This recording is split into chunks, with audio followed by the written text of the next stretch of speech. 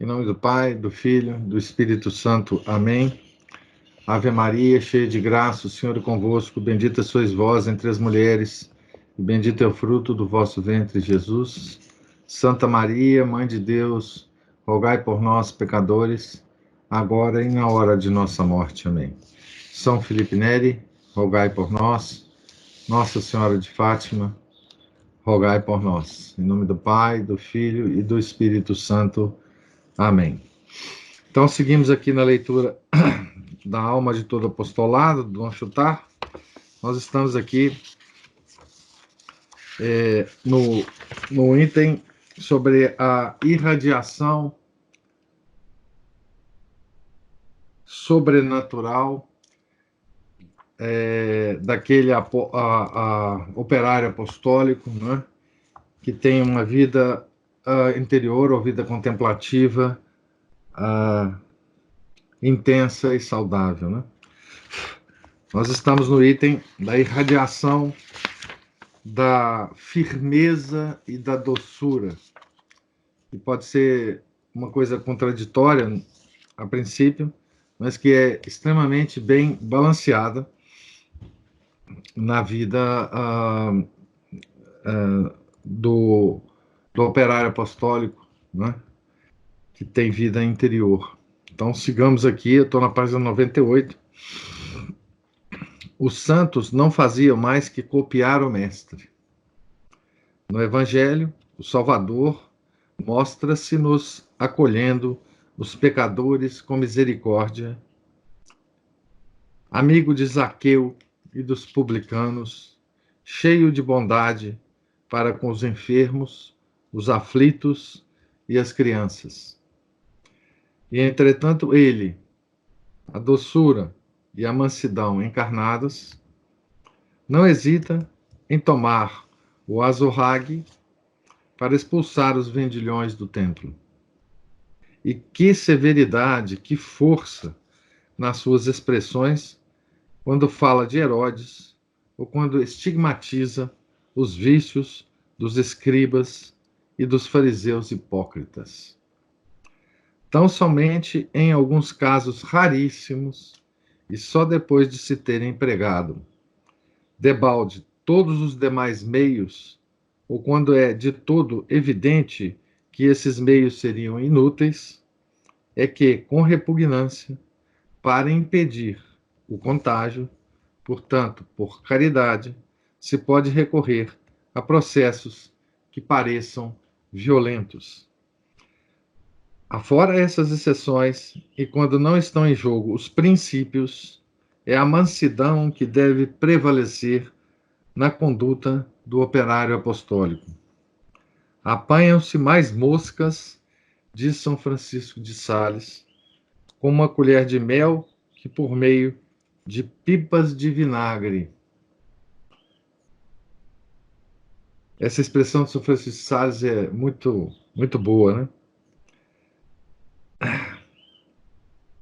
Lembremos-nos da censura infligida pelo Senhor a seus apóstolos quando estes, ofendidos e humilhados na sua dignidade humana e não inspirados por um zelo puro e desinteressado, queriam recorrer à violência e pediam que o fogo do céu descesse sobre a cidade de Samaria, a qual recusara recebê-los.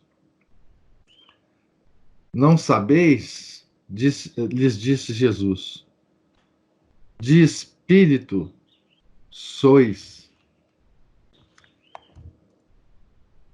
Lucas 9:55. Um dos nossos atuais bispos, cuja firmeza de princípios é citada como exemplo, visitou recentemente, na sua cidade episcopal, as famílias enlutadas em cujo seio a guerra que naquele momento flagelava a Europa tinha feito algumas vítimas. A primeira guerra de 1914 e 1918, Primeira Guerra Mundial, né? Fazendo-se tudo para todos, foi esse prelado levar as suas consolações a um calvinista que chorava um filho caído no campo de honra e dirigiu-lhe algumas palavras cordiais e comovidas. Enternecido por esse ato de caridade, esse protestante exclamou depois: parecia impossível que um bispo de nascimento tão nobre e de instrução tão esmerada se dignasse transpor os umbrais da minha modesta habitação devido à diversidade das nossas crenças. E ele, sem embargo, veio. O seu procedimento e as suas palavras tocaram-me o coração. Fecha aspas para o calvinista, né? O industrial que tem a seu serviço esse empregado, ao contar-nos o fato, acrescentava: na minha opinião, esse protestante já está a meio caminho da conversão. Em todo caso, com a sua doçura, o bispo adiantou mais essa conversão do que com longas e intermináveis discussões. Esse pastor de almas, agora o Dom Chutar falando, né? Esse pastor de almas manifestou a mansidão de Nosso Senhor. O protestante, para assim dizer, viu diante de si o Salvador e forçosamente disse de si para si: uma igreja que tem pontífices que tão excepcionalmente refletem aquele que eu admiro no Evangelho deve ser a verdadeira igreja. A vida interior mantém, a um tempo, o espírito e a vontade ao serviço do Evangelho. Nem a indolência, nem a violência injustificada logram afastar do reto caminho a alma que vê e opera segundo o coração de Jesus. Ela só tem prudência e ardor quando impulsionada por esse coração adorável. Tal o segredo de suas vitórias. Pelo contrário, a falta de vida interior e, portanto, a manifestação das paixões humanas dão-nos a conhecer a razão de tantas derrotas.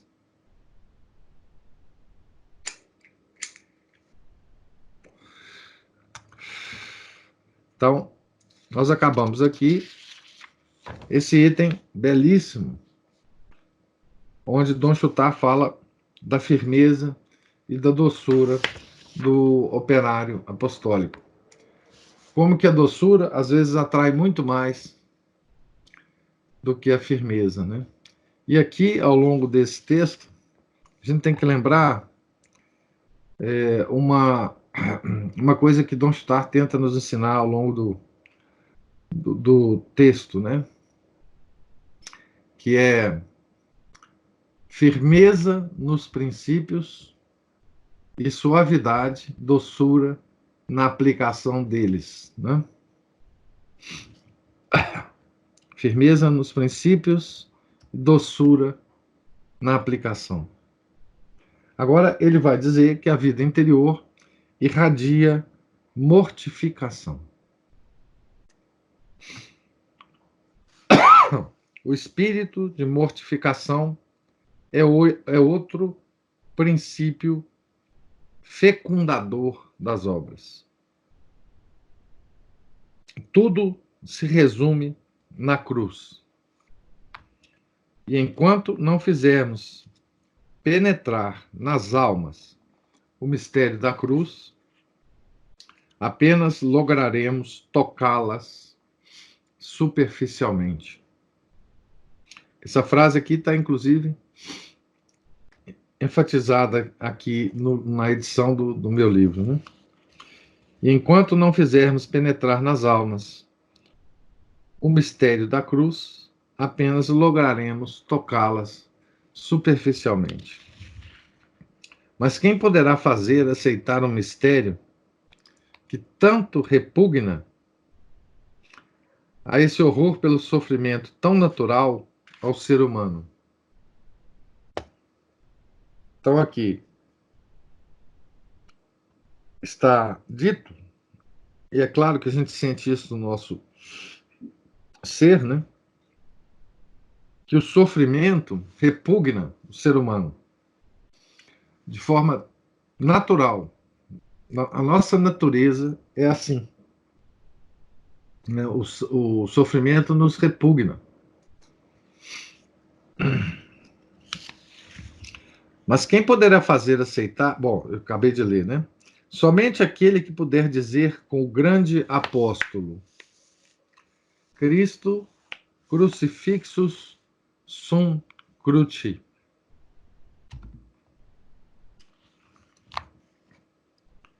Estou cravado com Cristo na cruz. Gálatas 2:19. Somente aqueles que trouxeram em si mesmos a Jesus mortificado. Semper mortificationem Iesus in corpore nostro, circumferens ut vita Iesu manifestetur in corporibus nostri. Trazendo sempre no nosso corpo a mortificação de Jesus, para que também a vida de Jesus se manifeste em nossos corpos. 2 Coríntios 4:10. Mortificar-se é reproduzir o Christus sibi non placuit. Christus sibi non placuit. Jesus não teve complacência consigo mesmo. É abnegar-se a si mesmo em todas as circunstâncias, é chegar a amar o que não agrada, é enfim tender para esse ideal de ser uma vítima incessantemente imolada.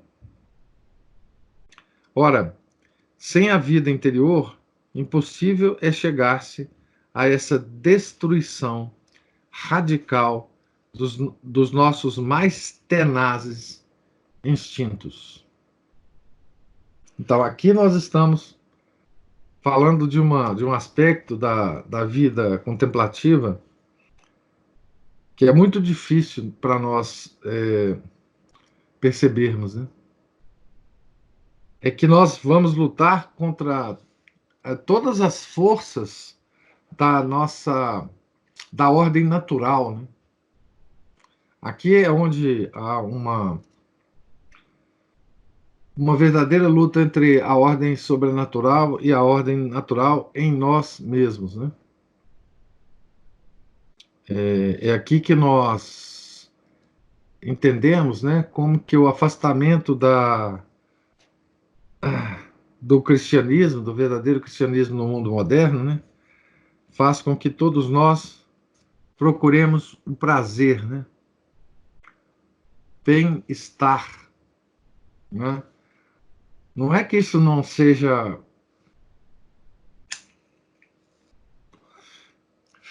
É que nós, ao abandonarmos a verdadeira religião, só nos resta a ordem natural. Só nos resta viver uma vida segundo a natureza humana. Por isso, o mundo moderno, ele não entende mais a ordem sobrenatural. Por isso, o mundo moderno não entende mais a cruz de Nosso Senhor, né? E é por isso que essa cruz, ela, nos últimos tempos, desapareceu das nossas igrejas. Ou quando muito, tem uma cruz sem Nosso Senhor pregado nela, né? Ou seja, essa cruz nos causa horror, né? Porque ela representa realmente a vida sobrenatural que nós já abandonamos, né? Já abandonamos no mundo moderno. Quando eu digo nós já abandonamos, eu quero dizer nós católicos, né? Porque o mundo nunca aceitou a cruz, né? Mas agora nós católicos também não estamos aceitando-a, né? Ao passo que o pobre de Assis, percorrendo em silêncio as ruas da cidade, só com seu aspecto prega o mistério da cruz. Debalde, o apóstolo imortificado, se servirá dos grandes apóstrofes de Bossuet sobre o Calvário. O mundo está de tal sorte entrincheirado no espírito de gozo que, para demolir essa sua cidadela, pouco valem os argumentos comuns e até mesmo os bosquejos grandiosos. Há-se mister da paixão tornada como sensível pela mortificação e pelo desapego do ministro de Deus. Então não há argumentos contra isso, né? Não há o mundo que está, né, de tal sorte entrincheirado no espírito de gozo, não aceita argumentos em relação a isso. Apenas exemplos, né? Inimicus crucis Christi. Volveria dizer São Paulo, inimigos da cruz de Cristo são, por sem dúvida, esses numerosos cristãos que na religião só veem uma forma de esnobismo, um hábito de práticas exteriores, legadas pela tradição e cumpridas periodicamente, com respeito, sim, mas sem influência na emenda da vida, na luta contra as paixões e na introdução nos costumes do espírito do Evangelho. Esse povo parece honrar-me, poderia dizer o Senhor, mas honra-me apenas com os lábios. O seu coração está longe de mim. Veja que aqui ele cita Mateus 15:8. Veja que quando Dom Chutar fala aqui, ele fala numa época em que não havia ainda essa revolução pós-concílio Vaticano II. A missa antiga era celebrada em todas as igrejas, universalmente, tá certo? Então, aqui nós precisamos entender a dimensão dessa catástrofe, né, que nos ataca, né, a nós cristãos, né, a católicos, né, inimigos crucis Christi, os inimigos da cruz, né, somos nós, né, os inimigos da cruz somos nós, tá certo? Inimigos crucis Christi, inimigos da cruz. Esses cristãos, veja a expressão que Dom Chutar vai falar aqui, hein?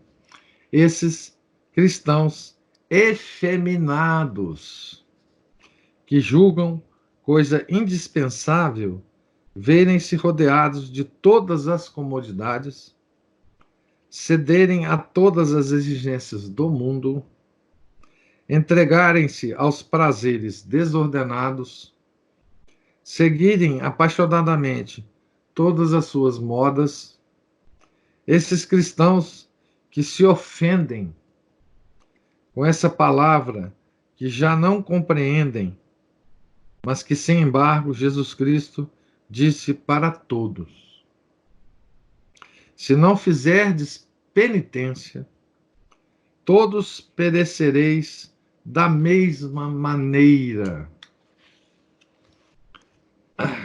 Lucas 13, 3, 5. Se não fizerdes penitência, todos perecereis da mesma maneira. A cruz, segundo a expressão de São Paulo, tornou-se para eles um escândalo.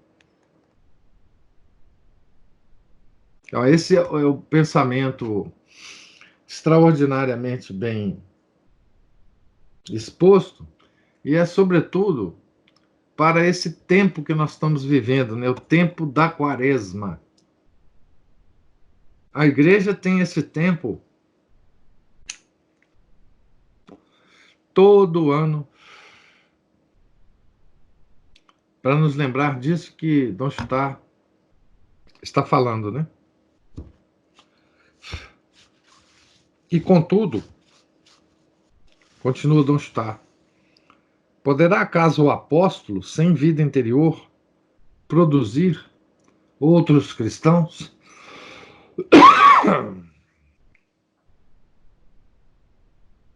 Uma numerosa assistência a certos ofícios satisfará, sem dúvida, o coração do verdadeiro sacerdote, mas não o deixará entusiasmado se ele puder atribuir tal afluência apenas à rotina, a uma fidelidade respeitável a certos usos de família, a certos hábitos que em nada incomodam o curso da vida, ou se entrevir como causa dela o prazer de ouvir boa música e contemplar magnífica ornamentação, ou de assistir a um exercício de eloquência, cuja forma apenas se vai admirar.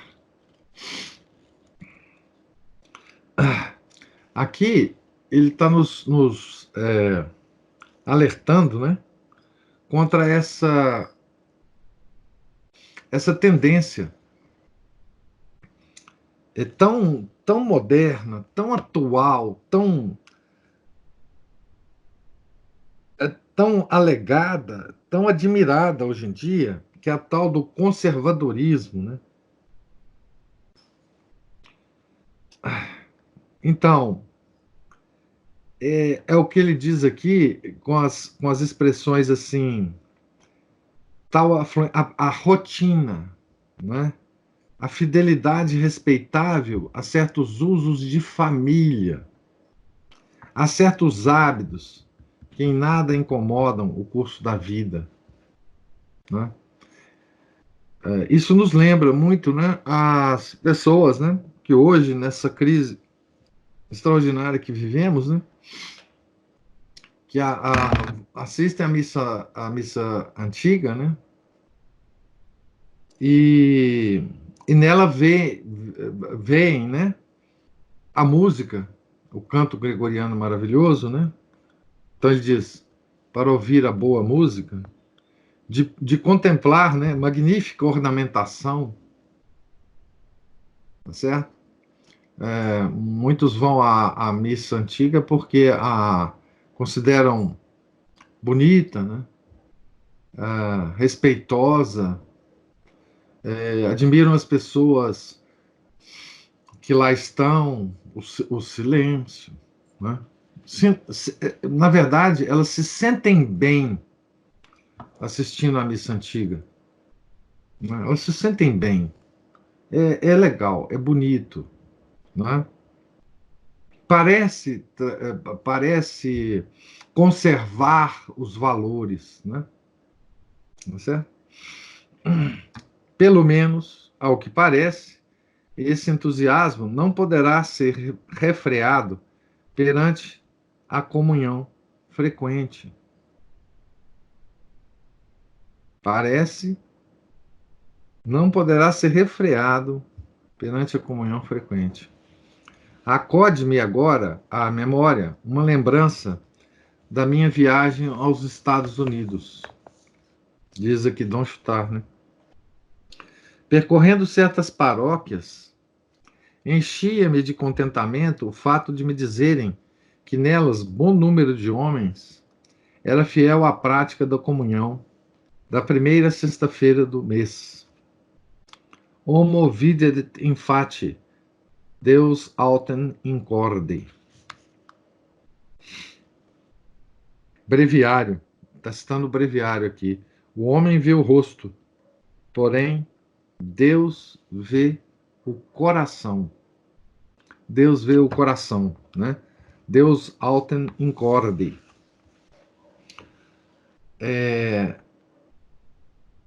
Chamando mais uma vez a atenção, sendo repetitivo aqui, coração na Sagrada Escritura significa vontade e não emoção. Então, Deus vê a vontade. Disse-me um sacerdote em Nova York, um santo sacerdote em Nova York. Não se esqueça que está no país onde não se conhece o respeito humano e onde o bluff anda por toda parte.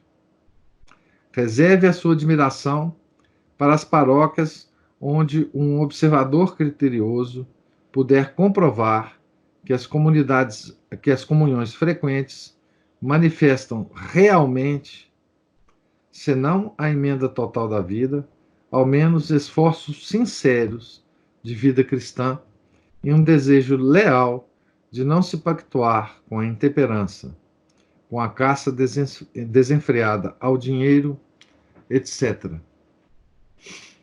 Então, veja que Dom Chutar aqui, ele está falando da comunhão frequente. E como que a gente pode, mesmo se atendo a essa prática, não estarmos realmente praticando a religião como ela deve ser praticada. Tá certo? Ele não está falando de nenhum abuso, ele não está falando de uma vida, digamos assim, sem confissão, sem comunhão, só ir à missa. Não, ele está falando sobre a comunhão frequente. Né? E ele começa o parágrafo assim: pelo menos, ao que parece, esse entusiasmo não poderá ser refreado perante a comunhão frequente. Né? Longe de nós o pensamento de menosprezar os mínimos vestígios de vida cristã, sejam eles quais forem.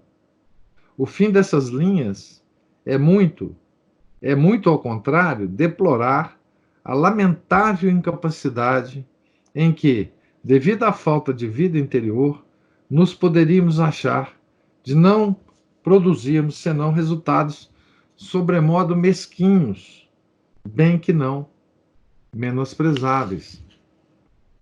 Nosso Senhor, que é apenas o nosso coração, foi para o conquistar, para possuir a nossa vontade, e para nos animar a segui-lo pelo caminho da abnegação, que ele veio revelar ao homem as verdades sublimes da fé. Então, Nosso Senhor quer a nossa vontade.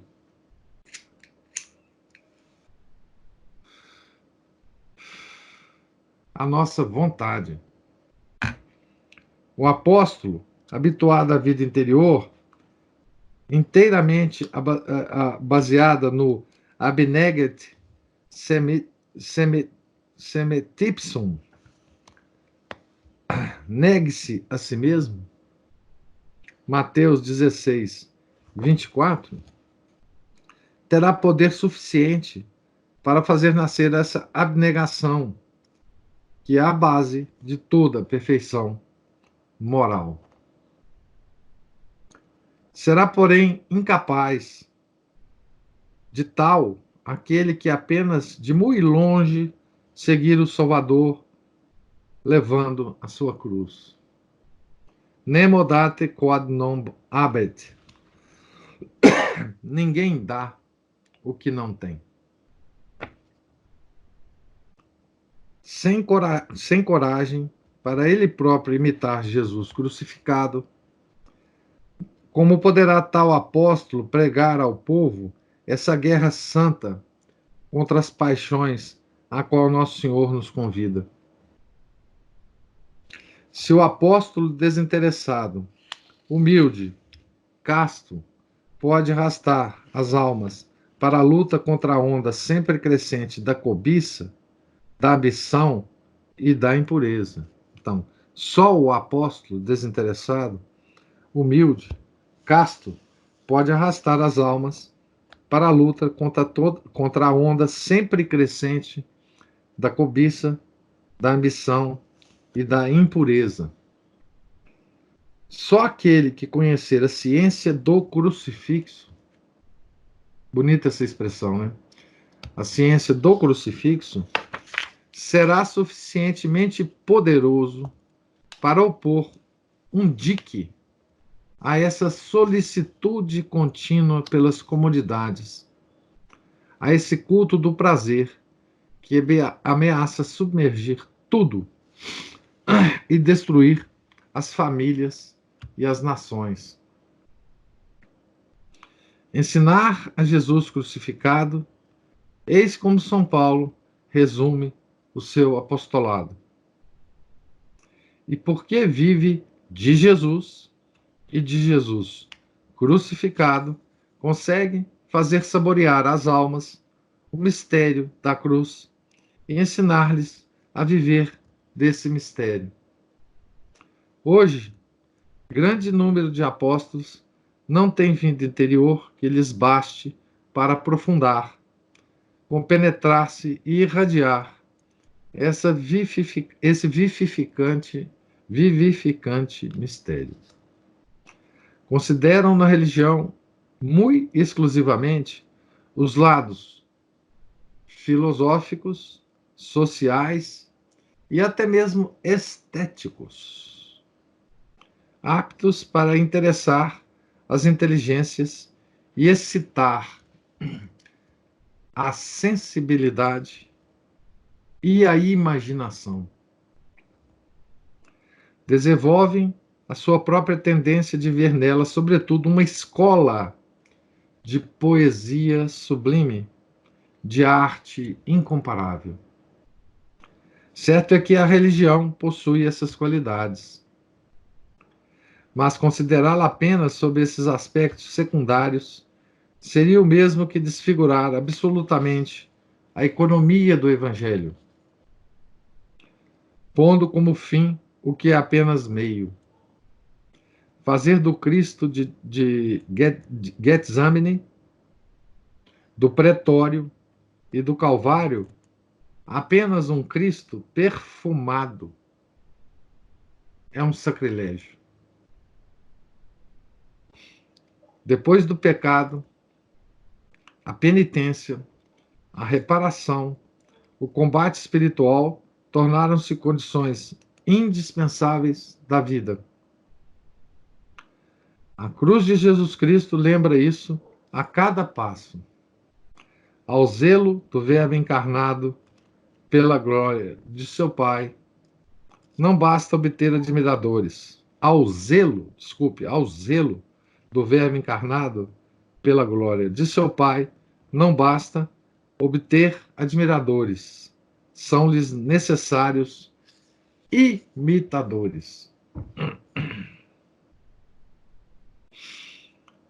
Bem, aqui esse parágrafo é autoexplicativo, né? E tem muitas das críticas que a gente faz a nós mesmos, aos nossos irmãos cristãos e ao mundo moderno, né? Bento XV, na sua encíclica de 1º de novembro de 1914, não convida, porventura, os verdadeiros apóstolos a rasgarem sulcos mais profundos para arrancar as almas ao amor do bem-estar, ao egoísmo, à ligeireza dos gostos, ao esquecimento dos bens eternos? Isto é o mesmo que fazer apelo à vida interior dos ministros do divino crucificado. Deus, que tanto nos deu, exige que desde a idade da razão o cristão una à paixão sanguinolenta de Jesus um pouco de si mesmo. Isso a que poderíamos chamar o sangue da nossa própria alma, isto é, os sacrifícios necessários para observar as leis divinas. E como há de o fiel ser levado a praticar generosamente esses sacrifícios de bens, de prazeres, de honras, senão pelo exemplo do guia das almas, o qual, por seu lado, esteja familiarizado com o espírito do sacrifício. De onde virá a salvação da sociedade? Perguntam ansiosamente muitos perante o espetáculo das vitórias repetidas do inimigo infernal. Quando chegará o dia em que a igreja triunfe, por sua vez? Com o mestre fácil nos é responder. Hoc autem genus non edicitur nisi per orationem et jejunium. Esta raça de demônios não se lança fora senão por meio da oração e do jejum. Mateus 17, 20.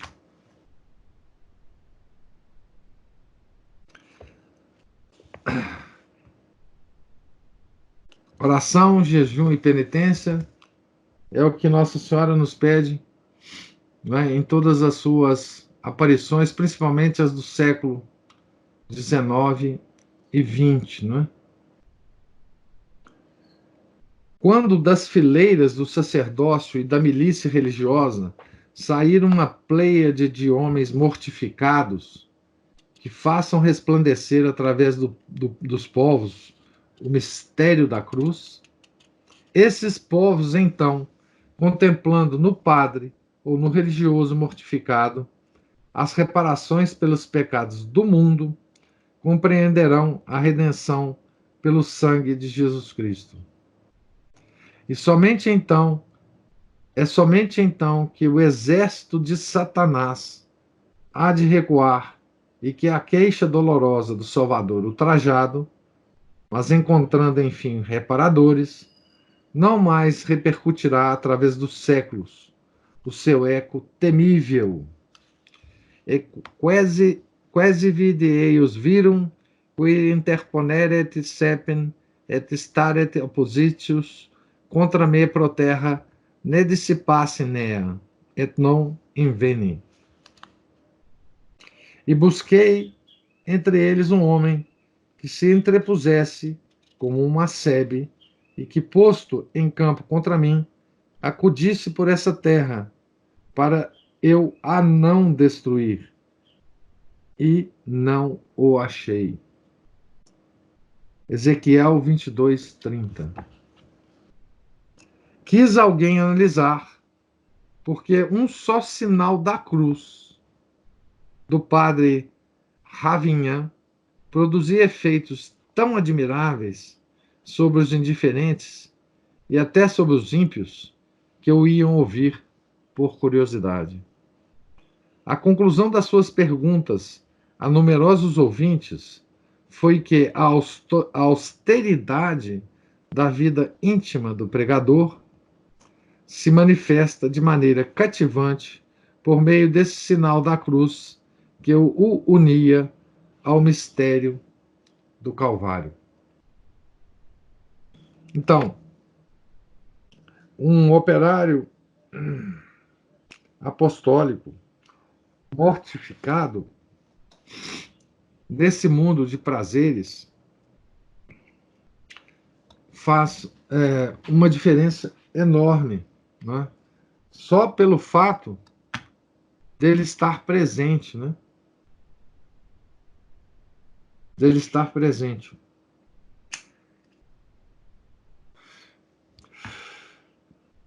Aqui, Dom Chutar, né, nos mostra, né, a extraordinária eficácia, né, do operário apostólico carregar um pouco do peso da cruz de Nosso Senhor. E é claro que a igreja nos ensina a cada quaresma, todo ano, né, com sua pregação e com suas determinações da quaresma, as mortificações da quaresma, né, que nós devemos irradiar, né, essa prática quaresmal, né,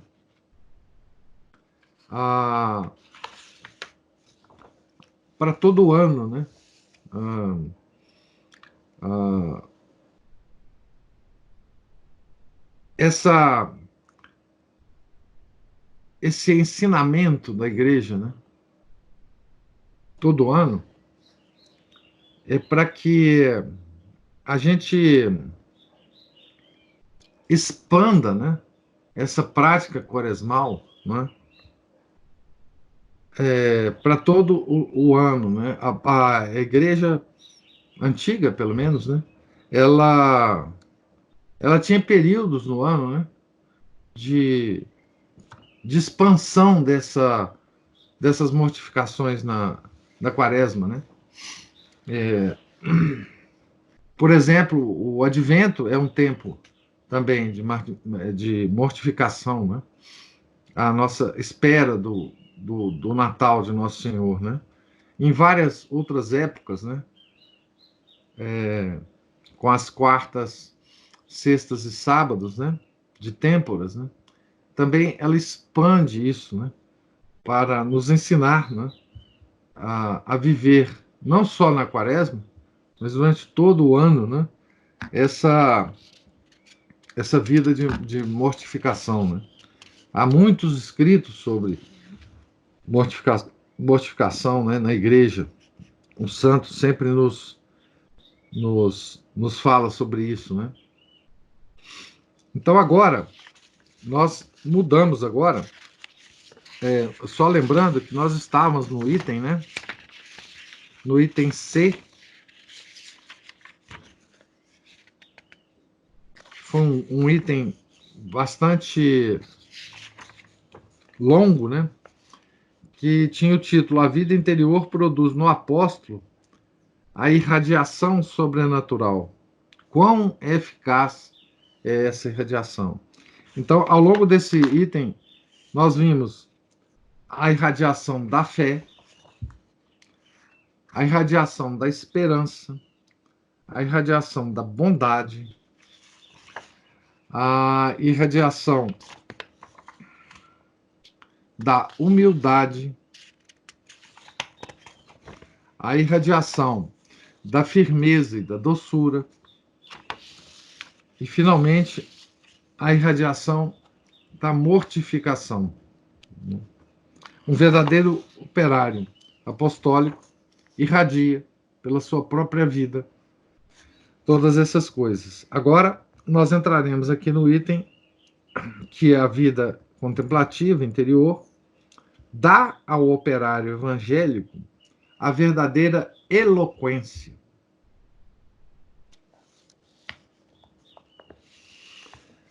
Referimos-nos à eloquência capaz de ser um canal de graça assaz suficiente para converter as almas e levá-las à virtude. Já falamos incidentalmente dela. Limitemo-nos a acrescentar algumas palavras. No ofício de São João, lemos o seguinte responsório: Supra peccatus dominis recumbens, Evangelii fluenta de ipso sacro Dominici pectoris. Fonte potavit et verbi Dei gratiam in toto terrarum orbi diffudit.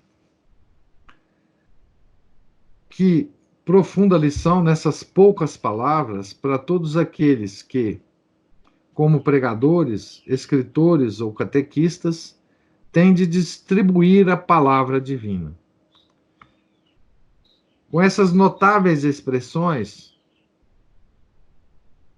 Não entremostra, porventura, à igreja, aos sacerdotes, a fonte da verdadeira eloquência? Todos os evangelistas são igualmente inspirados. Todos têm o seu fim providencial. Cada um deles tem, sem embargo, a sua eloquência própria. Mais que os outros, São João tem aquela que se dirige à vontade por via do coração que difunde Verbi Dei Gratiam.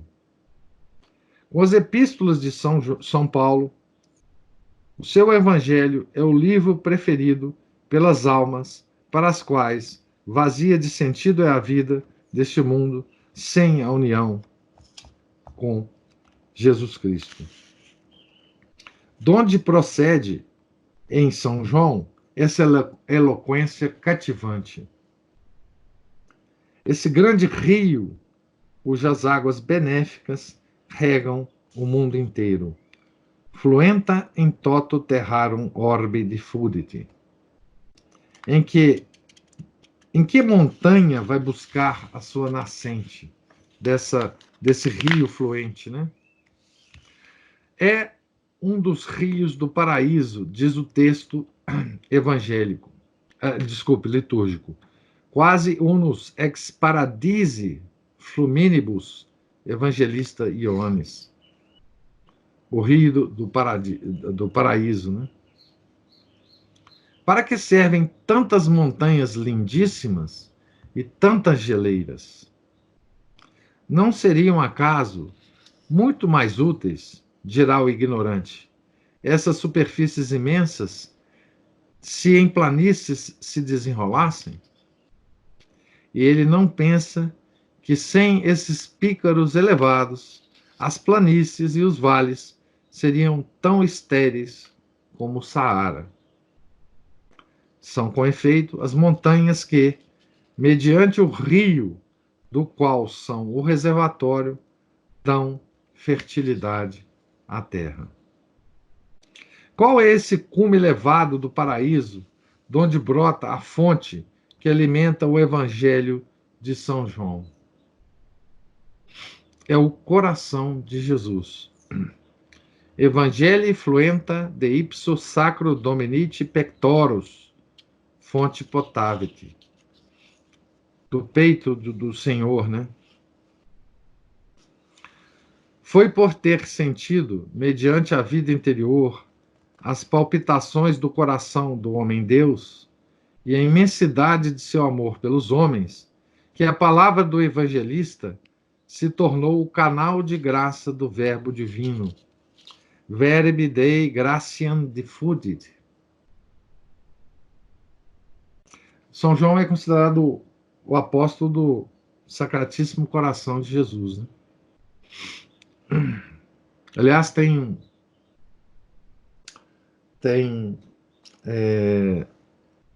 a autobiografia da Santa Margarida Maria Lacoque, né?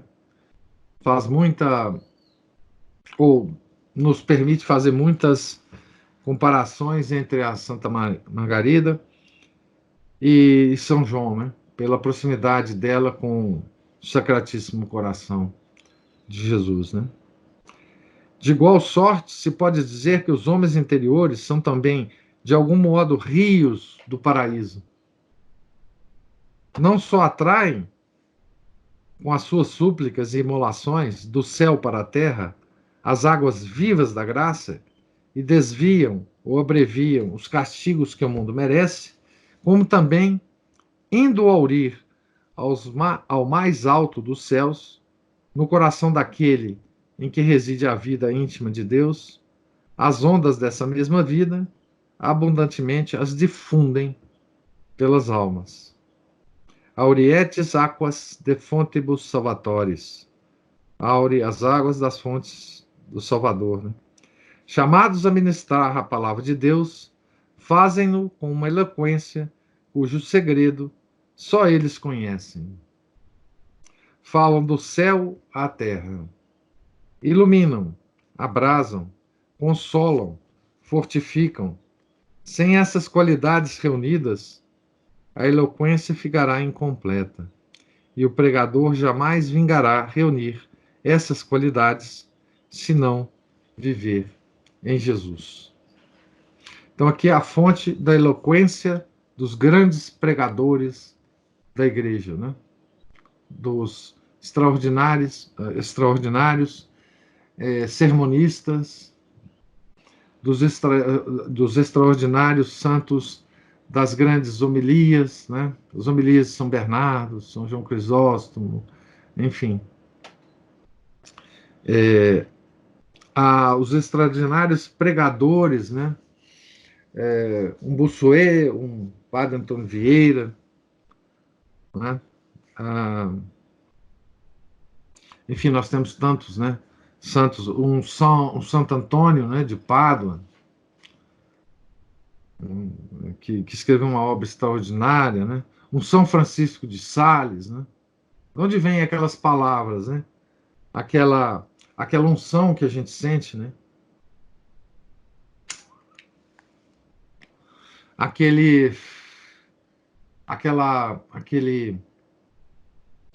óleo, né? Santificador, que a gente encontra, por exemplo, na Filoteia, né? De São Francisco de Sales, né? Aquela devoção extraordinária que nós sentimos quando a gente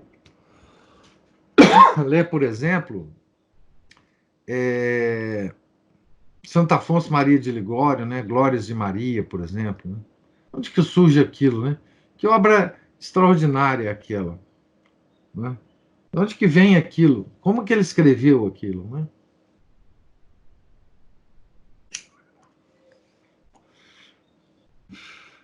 Quando a gente lê isso, né, com o coração aberto, né, a gente fica impressionado, né, com as palavras, com o encadeamento dos raciocínios,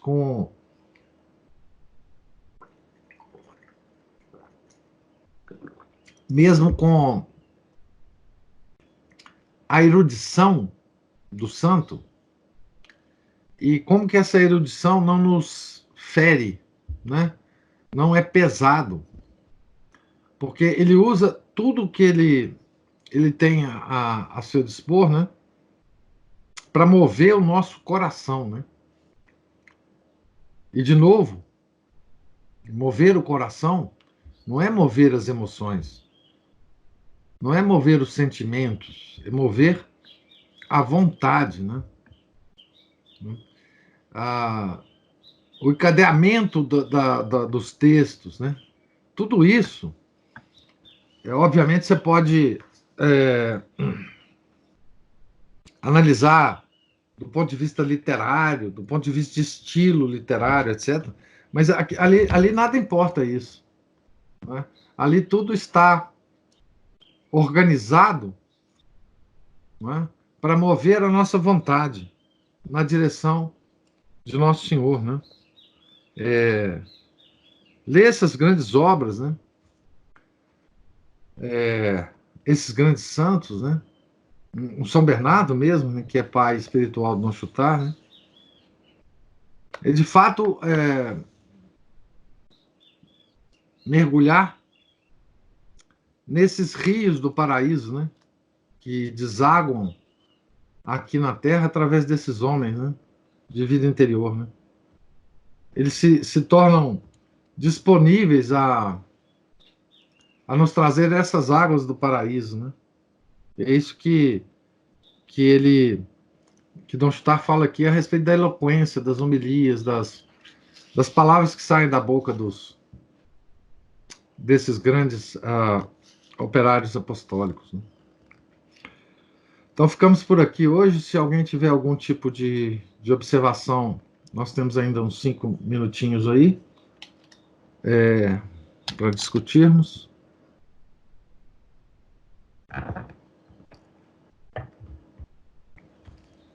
Eu tenho, professor.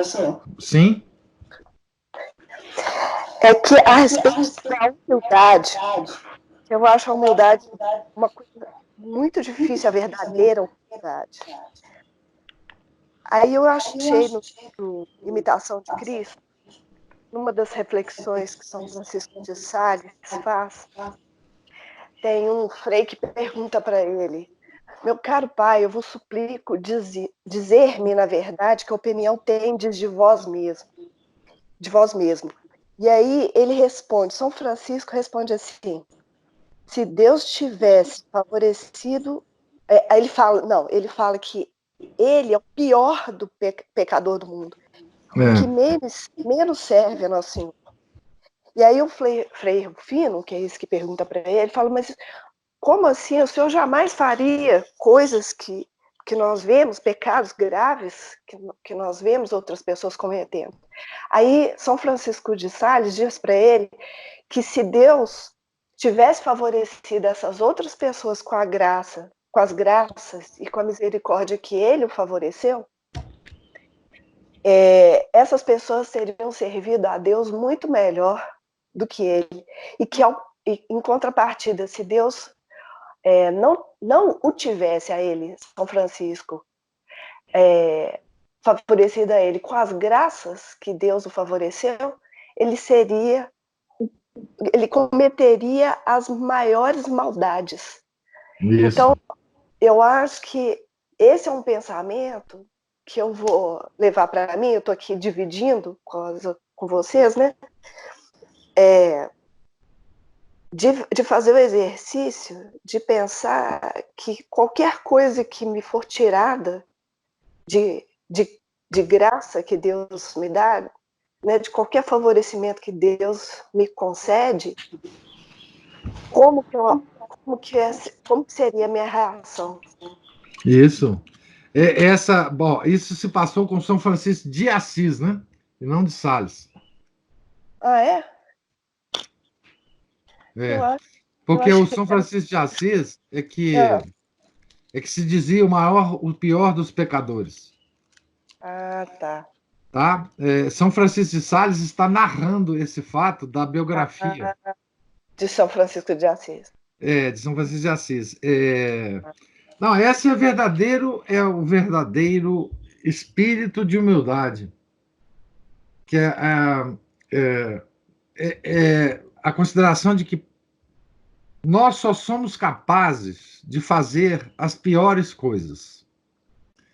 E se nós não as fazemos, é justamente pela graça de nosso Senhor Jesus Cristo.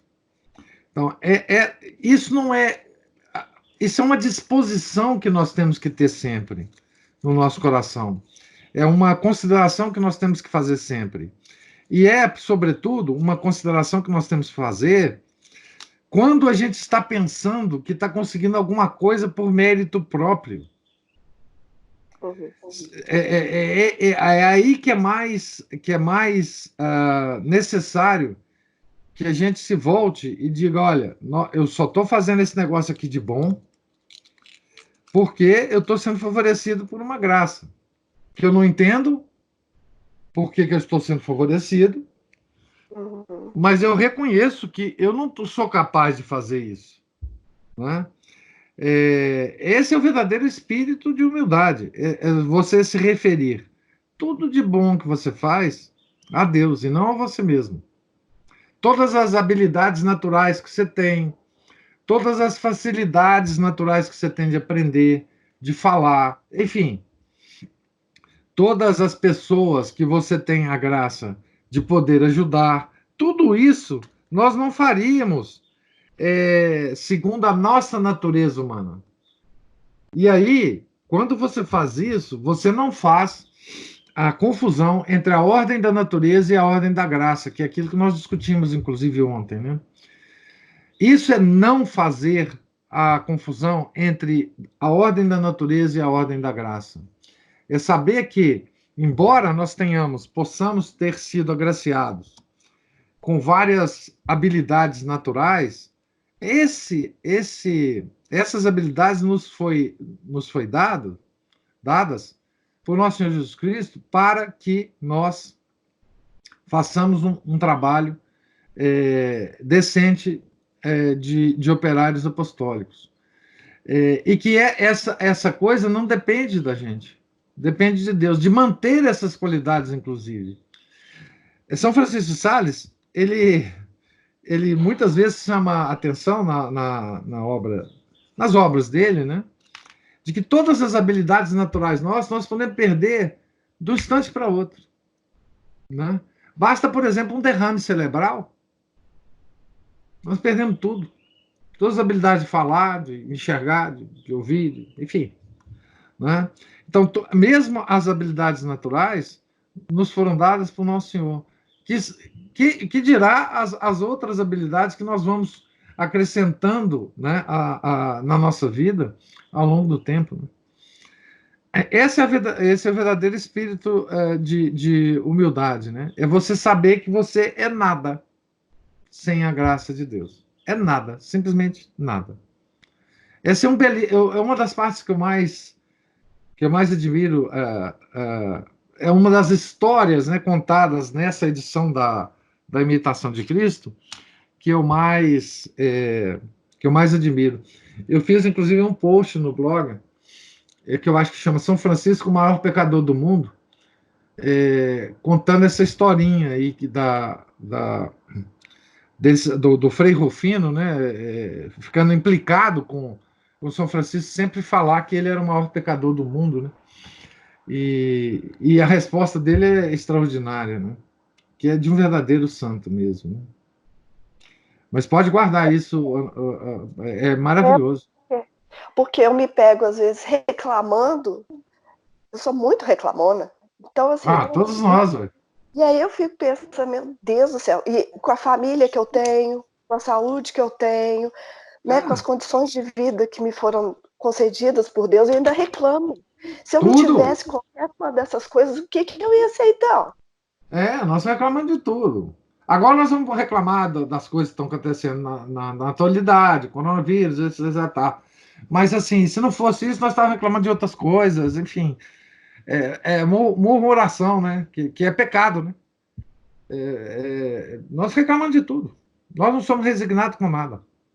Ou seja, nós não nos abandonamos à vontade de Deus. Uma coisa lamentável, nossa, né? Da nossa natureza mesmo. Todos nós somos reclamões.